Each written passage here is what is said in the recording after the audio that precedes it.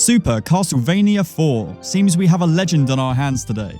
While Hitoshi Akamatsu and his team were hard at work developing the ball-busting torture device that is Dracula's curse, another team within Konami were busy working out what would come next. With the release of Nintendo's brand spanking new 16-bit powerhouse, the Super Nintendo Entertainment System, all eyes were on the Castlevania franchise to see what it could achieve with double the power and a new development team at the helm. Placed in the hot seat to deliver this new entry was up-and-coming programmer Masahiro Ueno, who was a curious choice to say the least, given that he'd never been left to direct his own projects before, but clearly Konami saw something in the lad, so he was entrusted with the future of the series. And what he and his team created nabbed a special place in the hearts of an entire generation of gamers. Super Castlevania 4 is a beloved title that is never far from the top of any greatest games of all time list, and one that is fondly remembered to this very day. Some even consider it to be the best game in the entire franchise, and if you know just how many whoppers this series has to its name, you'll know that's no faint praise. With that said, not everyone feels the same about it.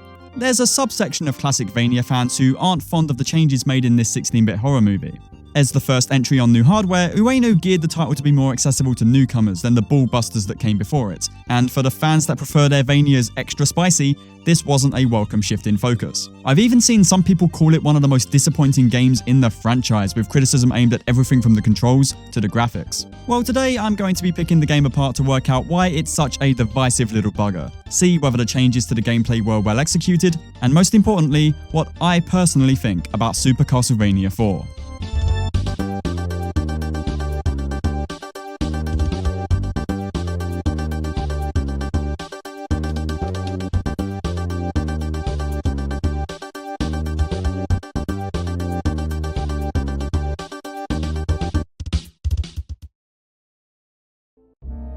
Now, despite that great big 4 on the game's title, Supervania is actually not a sequel to Castlevania 3, but rather a reimagining of the original Castlevania on the NES. As Ueno was most familiar with that first entry and wanted to create, in his own words, a pure action game, he decided that the best move was to go back to that original formula without any of the additions or evolutions found in its 2 sequels. Without wanting to jump the gun, this is the first source of contention for a lot of fans, and I totally see where they're coming from. Personally, I love the innovations of the previous games and how Akamatsu was experimenting with new ideas and formulas to evolve the series in interesting directions. People also aren't always fond of 4 basically stealing the story and premise of the original, and as someone who is sick to death with the remake trend in modern video game culture, where it feels like we get nothing other than retellings of titles we've already bought and played through, I totally understand where detractors are coming from. But I don't find either of these examples particularly harmful in Supervania 4. Firstly, I'm not exactly playing 8/16-bit platformers for their plot and character development, and the classic Castlevania titles in particular were never high on their storytelling prowess. Sure, some of them have impressive and highly cinematic intros, but they always boil down to a vampire causing trouble and a thick, sexy man with a whip going to kick their undead ass. Secondly, it's not like Vania 4 is a direct remake of that original game.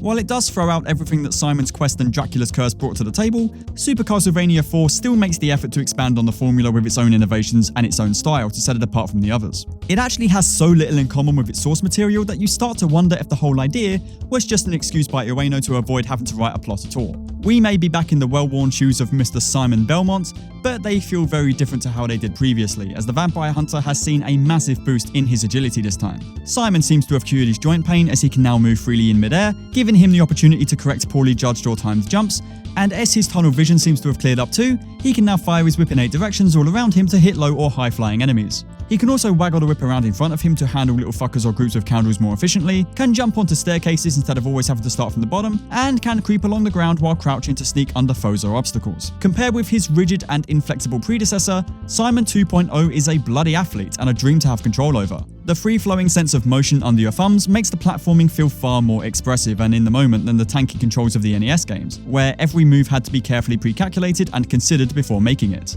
It was very easy to slip up and send yourself flying into the great abyss in those games with no chance to correct yourself, whereas here, the mechanics will actually cut you some slack if you fail to perform flawlessly, and that, by itself, makes the game a far more forgiving adventure than we're used to from this series.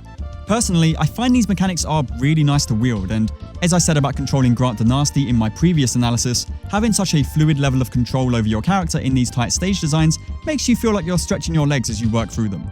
I'm also very fond of the new moves Simon 2.0 can pull off. The whip waggle move is awesome for taking down smaller enemies, as I said, but the move itself is very weak, which stops it from ever being overpowered. It's easy to imagine that the thing would be too useful if you could just waggle it in the face of bigger threats, killing them quickly without much effort, but thankfully Ueno and his team thought thought of this and dialed down its damage output. Nice one. The creeping along the ground maneuver is great as well. It's perhaps not used as much as I would like, but I approve whenever it does get taken advantage of, such as this small section where you need to creep under the ghostly hands to avoid getting grabbed, or these sections where you're forced to creep under an arrangement of moving spikes above you.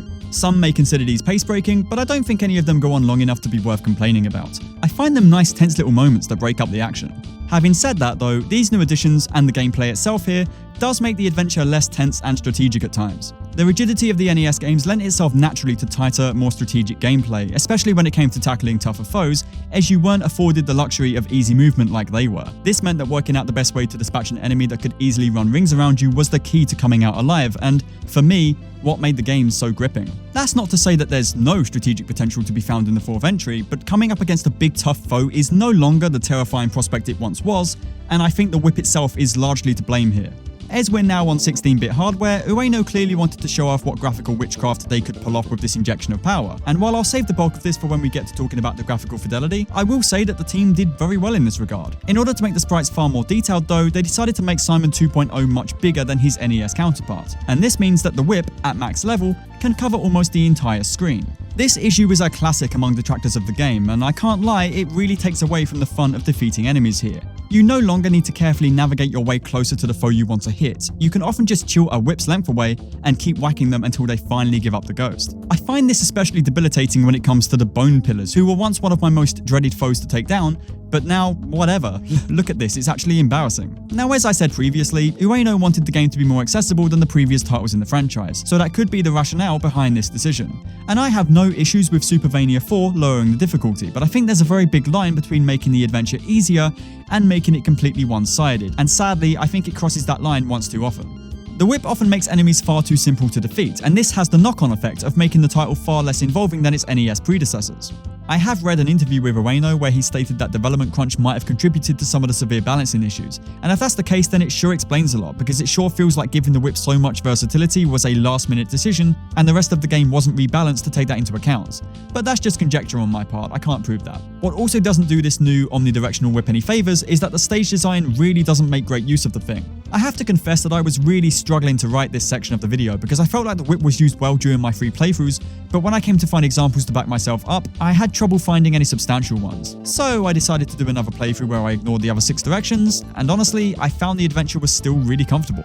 I could count on one hand the amount of times I felt handicapped by only being able to whip directly ahead. And this is a tragedy because the increased agility of the whip is the game's headline feature. But in truth, the game really doesn't use it to its full potential. Occasionally, there'll be a vertical arrangement of candles here or an enemy strolling back and forth on the path above you that you can defeat early for a bit of convenience. But the level and enemy design does nothing to bring out the best of this mechanic. It's not tough to imagine an enemy that deliberately attacks you from a position diagonal to you, enforcing the whip diagonally to take it down, or enemies that fire projectiles at you from above that can only be killed by firing the thing upwards. And while there are glimmers of this scattered around the game, it's nowhere near as prominent as you'd want it to be. The game is chock full of flat corridors with enemies sitting right on your path asking nothing of you other than to just hit the whip button again and again. And while this was fine in the previous titles because of the more strategic gameplay style, it doesn't work here for a myriad of reasons we've discussed. With that said though, I do genuinely think that swinging the whip in 8 directions is a lot of fun. Killing tougher foes that gave me no end of shit in previous games by attacking them from below is really satisfying, as is knocking out an enemy that's on its way down to greet me before it can even reach the ground. This shit is amazing and it makes the adventure so enjoyable. I just wish the game had more unique ideas to do with the mechanic itself, because other than these simple and basic implementations, there's really not much to talk about. Now that isn't me saying the level design in general is poor, no, I actually think it's really strong most of the time.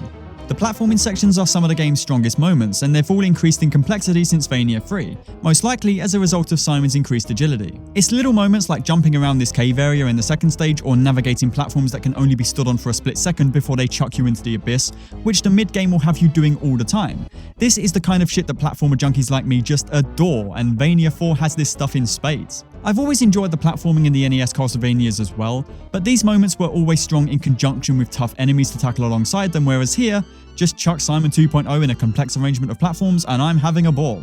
The game also introduces the hook swinging mechanic as well, where Simon 2.0 can attach himself with the whip and swing back and forth to land on the next platform. And I have to commend how well this mechanic is utilised. It's introduced above safe ground so the player can come to understand it before being forced to use it over a pit, and is then gradually placed in more challenging and risky areas before getting its final push of challenge in the later stages when it's combined with these moving conveyors that carry Simon across pits and then up vertical towers while dodging enemies. Introducing a mechanic, combining it with dangerous hazards, and then giving it a last push of challenge is that kind of gold standard level design that platformer fans adore, and Supervania knows exactly how to handle these concepts to great effect. The same goes for this moment in Stage 7, where you'll find a ceiling of spikes and a small enemy under the carpet that will push you into it. This idea is shown to you in a safe area that's easy to get through, and this means that later on, when a much longer and more hazardous version of the same obstacle is presented, you'll understand exactly what's about to happen, and it's up to you to work out the solution.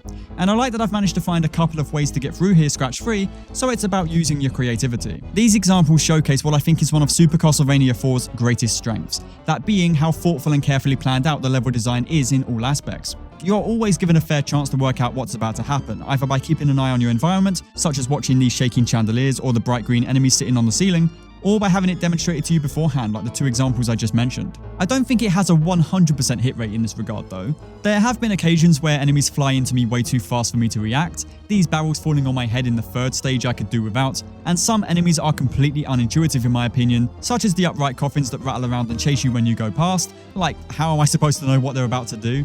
Or the haunted tables and chairs which blend in so much that I sometimes completely miss them altogether until they're on top of me. But these are very much the exceptions and not the rule. The rule being that the level design is consistently engaging, fairly and carefully plotted out, and some of the strongest in the series so far. And I like that you can now find healing items in candles as well as tucked away behind breakable blocks. With that said, there's one area where I feel they dropped the ball somewhat. Because Super Castlevania 4 was to release just 2 months after the SNES's American release date, Ueno and his team wanted it to be a graphical showcase of what the system was capable of, and so tapped into the machine's famous Mode 7 capabilities. The game takes any opportunity to utilize the machine's impressive new features such as sprite rotation, various layers of parallax scrolling, transparency effects for things like these waterfalls here, and sprite scaling, all of which would have seemed like witchcraft in 1993. Obviously, we aren't in 1993, this is 2026, and we can do far better than this these days. But when you're playing through a retro title like this and you suddenly find the entire stage revolving around you, it's still legitimately hard not to be impressed. The rotating tunnel is its magnum opus though. This is a stunning looking section that really shows off the power of the Super Nintendo. It's easy to forget that, for the time, it was a really powerful machine that blew players' minds with its graphical capabilities, and Super Castlevania 4 is the poster boy for what this machine could achieve. With that said, while these moments are visually impressive, they're absolutely nothing remarkable when boiled down. The rotating room is merely an excuse to fight a few waves of Medusa heads before the room rotates a second time and lets you leave, and the rotating tunnel is nothing more than a straight line with enemies on it, and not particularly challenging ones at that. I get that the SNES had its limits, and being made so early in the system's life, getting these sections running probably required a lot of headaches on Ueno's part. But it's a real shame that none of these get anything exciting done with them beyond the initial spectacle. It's easy to imagine a rotating room with platforms you need to navigate around, or this chandelier section here sprinkling in the hook swinging mechanic between the platforms so you need to time your swings to land on the next chandelier. Something along those lines would have made these more than mere tech demos. I also want to bring this section into question because I think it was supposed to be way cleverer than it actually ended up being. This is a giant room with a bunch of rising platforms that have to be navigated very carefully so you don't get crushed. And while I think this was supposed to be an engaging maze-like segment, it just doesn't work because the whole room is on automatic. There's only one way out of this room and no end of ways to get yourself stuck at a dead end. At which point you need to slowly wait it out on these rising blocks again, and it's all just rather dull. If the area had multiple exits that perhaps led to different rooms or something, it could be really interesting, but as it is, it's a completely wasted idea. I think all of these sections needed more meat to them honestly, and with some clever implementation they could have been classic moments of level design, and I certainly think detractors of the game wouldn't be so harsh on them either. Despite this, the game is graphically very tasty. Supervania 4 is infused with a cinematic sense of direction that could easily have come from Akamatsu himself. The opening shot of some brickwork teeming with creepy crawlies before scrolling up to the logo is such a cool shot and a great way to introduce the creepy setting of Castlevania. The journey itself is chock full of great epic moments, such as Simon fighting ungodly creatures against the night sky, climbing up a tall tower as a buzzsaw chases him from below, or running across a collapsing bridge away from a swarm of vampire bats. It has a grand sense of scale to its level design, and Ueno knew exactly how to make it pop off the screen. With the added juice provided by the Super Nintendo's much more powerful graphics chip, Ueno was able to achieve a level of detail that could never have been seen on the NES. I already felt that the previous 3 games looked really nice for the machine they were on, But when this game boots up and provides us with cinematics that would make the NES wet itself, you just know that Ueno cooked up something really special here. And Super 4 simply doesn't disappoint. It's a really vibrant, rich, and generally stunning looking 16-bit game that carries over the traditional impressively detailed backgrounds and great animations and gives them an injection of graphical fidelity. It's a looker basically that fits in perfectly with the style of the OG 3 entries. The focus is clearly on the atmospheric design, and the way the visuals and the soundtrack blend together so perfectly to benefit the setting proves that Ueno knew exactly what world he wanted to create. It's quite theatrical if I'm honest, and it's a level of scene setting I've never seen attempted, let alone successfully, in a 16-bit video game. It manages to provide this game's castle with so much character. The place feels alive and determined to toy with you. It's a shame then that the more restricted view on the action in service of enhancing the level of detail causes a few problems in execution. I already brought up how the whip covering almost the entire screen makes enemies rather mindless and how specific enemies can fly in too quickly at times, but it goes deeper than that sadly as it interferes with the visibility of the level design in general.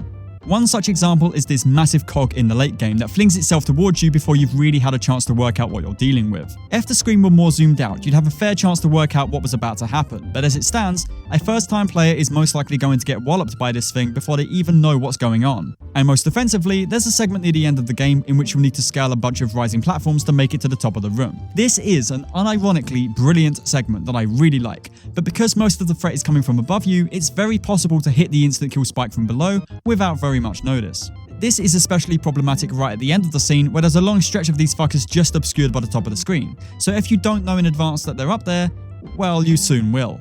And also, while the screen has seen a reduction in scope, the knockback certainly hasn't, and it's absolutely the most brutal the series has seen so far. Now, I'm not sure if the screen size is actually to blame for this one, but getting knocked over by an enemy will often send you flying across half the screen, and usually to your doom. It's savage.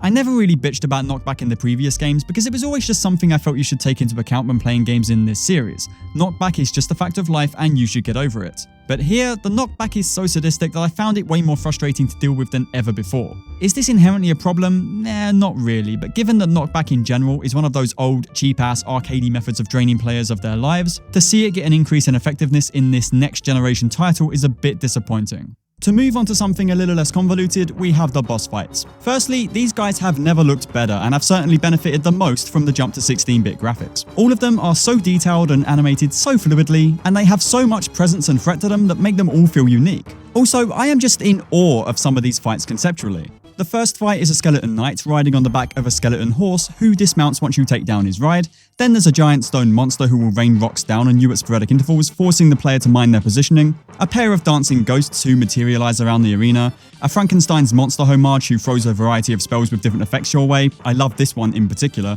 And possibly the coolest, a giant bat made of gold wonga that rains lethal cash down on you with each hit. I'm hoping to make one of these out of all of the money this channel is going to make me. Yeah, right. All of these fights are so unique and interesting, and I love how they all have such presence. The way the knight crashes out of his glass container being a highlight, or the way the stone monster will make your heart skip a beat by growing insanely big before disappearing at the end of the fight. Little things like this make them all so memorable, and this is the sort of thing that has made this title as beloved as it is, despite its divisiveness. With that said though, I feel like these fights only really work on the conceptual level, as when you start fighting them, most of them fall apart pretty quickly. The increased sprite size is almost entirely to blame for this, as being able to stretch the whip across most of the screen makes most of these fights almost effortless ordeals. Like this fight against two independent water snakes, another really great idea should be a tight technical encounter as you creep in closer to sneak in hits. But you can just stand right here and mash the whip attack and take them down with next to no effort involved, which is a bit sad really. Same goes for that skeleton knight and his horse, who I managed to kill on this run before he even got an attack in. The knight is a jump over the attacks and keep whipping encounter, not much strategic value with this one either. And the mummy that you fight on the clock face, another freaking wild concept, suffers from the same issue too. I'm all for bringing down the difficulty a bit to make the title more accessible for new gamers, but this is overdoing it somewhat. What's even worse is that almost none of these fights make any use of Simon 2.0's new abilities. Most of them require nothing more than Simon to whip directly ahead of him with the correct positioning, which is fine, but this combined with what I said earlier makes me wonder what the point of giving the player the ability to whip all around him was if the game is going to do literally nothing with it. You'd think that the addition of this new moveset would have fired up the designers' minds when it came to planning the boss battles, but with one or two exceptions, none of them do anything interesting with the mechanic. Now, like I say, there are exceptions. The money bat requires upward strikes, this monster in the final stage spends most of its time in the sky, incentivizing diagonal strikes, and the pair of lizard knight thingies will attempt to stab you as soon as they hit the floor, encouraging use of the creeping maneuver. But these examples are way too sparse in my opinion. At least Death's Fight is still an absolute cracker. I especially love this move where he tries to pull you in and then forces you to carefully time a jump over his scythe. That's a great move. And his little scythes are quick and tough to dodge, but you can just chill here with your whip out and soak them up, making good use of the whip dangle mechanic.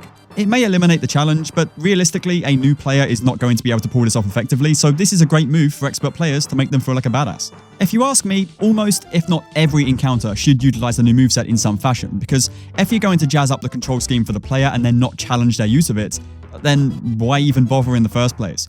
All you're doing at that point is making your potentially clever and engaging battles total cakewalks because players can waltz in and piss on them instead of being forced to learn and master them. This is one of the many reasons that the sub-weapons have also seen a drop in usefulness. Now, when detractors come to slam the game, the sub-weapons are usually the first thing brought up. Haters claim that the whip being more versatile makes the sub-weapons far less useful, and yeah, they're right, but I think it goes deeper than this. Firstly, thanks to the increased selection of buttons on Nintendo's SNES controller, for the first time we now have a dedicated sub-weapon button, meaning we no longer have to rely on the finicky up plus attack combo to fire off our weapons. Now this is the shit. I have bitched so much about this in my previous videos, but understandably, there was nothing to be done on that tiddly little NES controller that had a total of 3 buttons. So fair enough. But I'm still going to take a victory lap because this is so much better. It's a shame then that the sub-weapons here are far less integral to the gameplay. The detractors are completely right in the sense that having so many directions at your disposal, as well as the whip having such dominance over the screen, makes the player less likely to depend on each weapon's unique abilities. But I think it's more an issue with the lack of innovation in these things in general. We are still wielding the same 5 weapons from the original game: the knife, the axe, the holy water, the cross, and the stopwatch. And while they made up for the restrictive moveset in that title, when redesigning the moveset in this game, the sub-weapons should have followed suit. I'm obviously not a video game designer and don't have a team to bounce ideas off of, but how about, instead of weapons focused entirely on offense, some items that focus on boosting your defense maybe? Perhaps a shield that halves the damage taken or negates the knockback?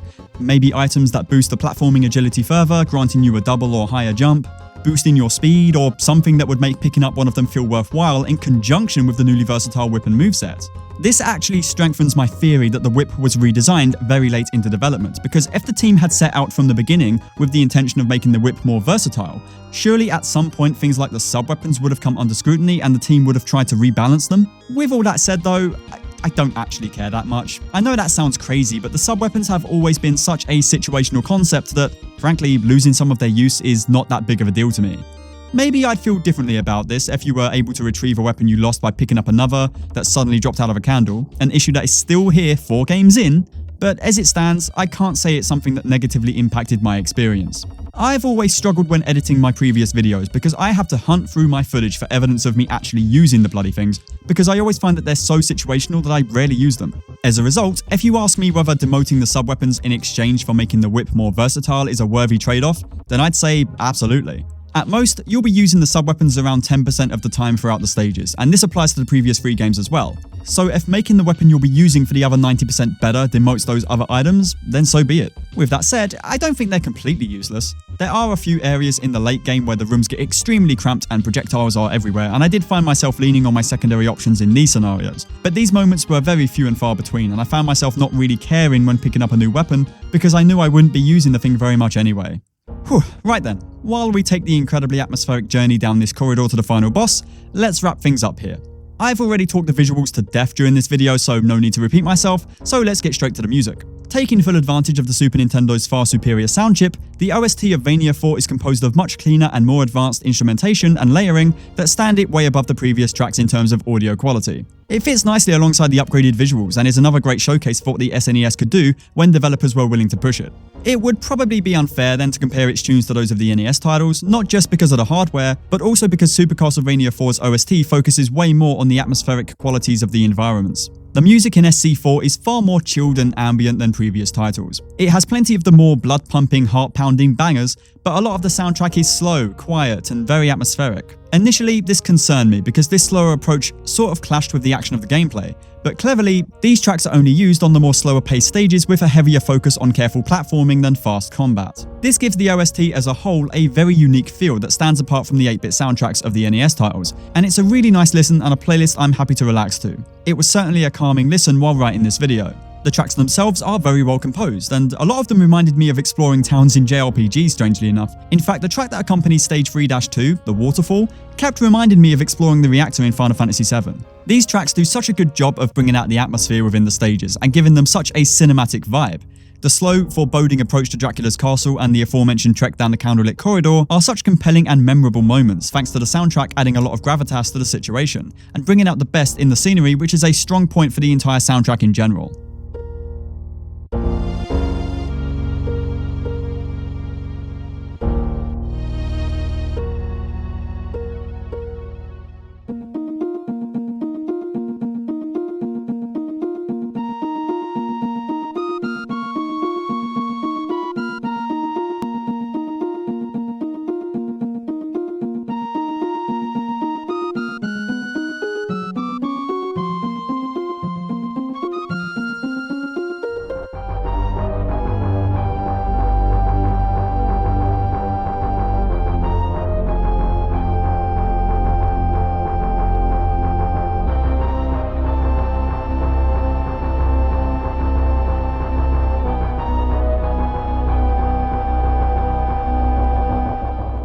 Fortunately, Vania 4 still has plenty of blood-pumping bangers to go around. The theme of Simon Belmont, which played at the start of this video, is the head and shoulders standout in this department.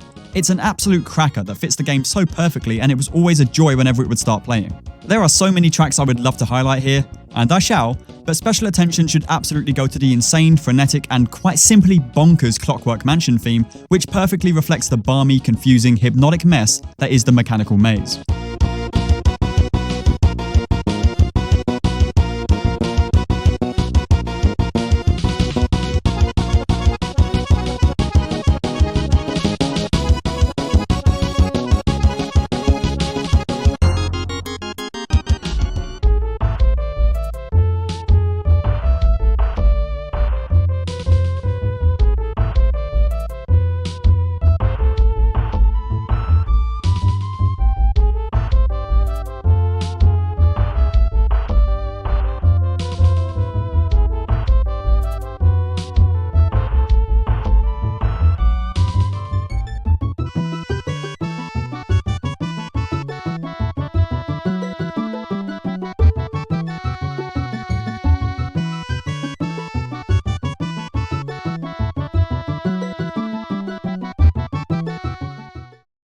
At the end of the candlelit corridor, a familiar foe awaits, and I won't lie, he's looking rough this time. The fight with Dracula here is very similar to that of the first game, as he'll teleport around the room and unleash a few attacks each time, which you'll need to dodge while striking him on the head with your whip or sub-weapons. Being a reimagining of the first game, the incredibly similar final encounter is fair game and to be expected, but what lets it down a bit is just how basic it is this time around. The OG boss was basic as fuck too, but it made up for that by being an extremely tight test of your timing and positioning skills, something the rest of the game had been forcing you to practice all the way up until this point. While Supervania's final boss can still be pretty challenging, especially on a first attempt, it doesn't have any of the tightness that made the original so good. You no longer need to jump a set of attacks to strike him at just the right time, nor is it a test of patience because you can squeeze in 2 or even 3 hits at a time if you know what you're doing. Also, I find it really disappointing that no part of this fight does anything that requires you to take advantage of the upgraded whip.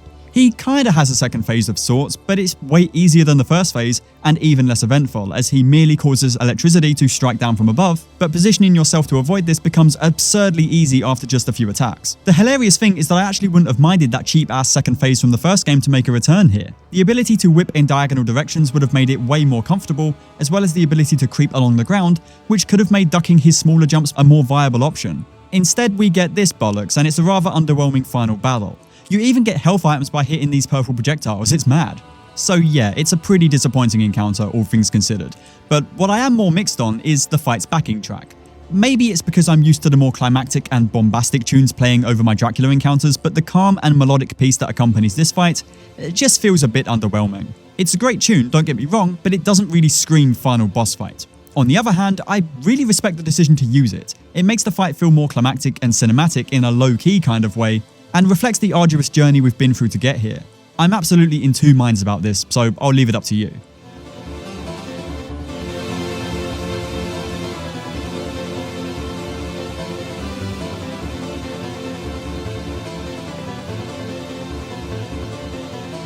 What is ironically great about it is that it makes it all the cooler when the theme of Simon Belmont kicks in for the second phase. Now this is fucking epic.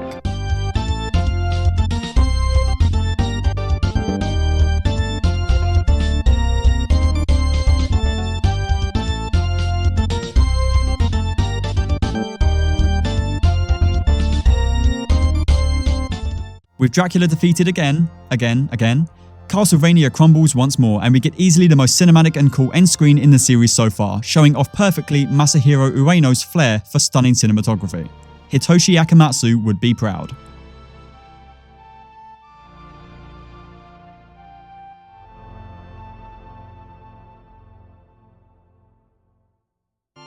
This has been one of the hardest things I've ever written, because in so many ways, I think Super Castlevania 4 is excellent. The level design is thoughtful and clever, the smooth as butter controls are really nice to wield, and the graphics and sound come together to make a truly atmospheric experience that's a delight to journey through. I love how much personality the castle itself has this time around, with a theatrical sense of character, and the platforming is more complex and interesting, making it a treat for platformer junkies like myself. But when I dig a little deeper, all the cracks really start to show. The game introduces a bunch of new movement mechanics in an attempt to enrich the gameplay, but then fails to design the rest of the game around it, making enemies total pushovers and boss battles underwhelming. Zooming in the screen made for unprecedented levels of detail in the visuals, but also made for some unpredictable design snafus, and the sub-weapons needed some reimagining to allow them to work alongside the new combat mechanics. Basically, I think Super Castlevania 4 is a great experience when you take it for what it is. It's a fun journey that's dripping with personality, and one that I would definitely recommend as a great starting point to anyone interested in getting started with the classic Vania formula. But mechanically, it's all over the place, and I found myself agreeing with its detractors way more than I would have liked. It's still a classic, and I can see why it captured the hearts of a whole generation of gamers, but it definitely needed more time in the oven for my tastes.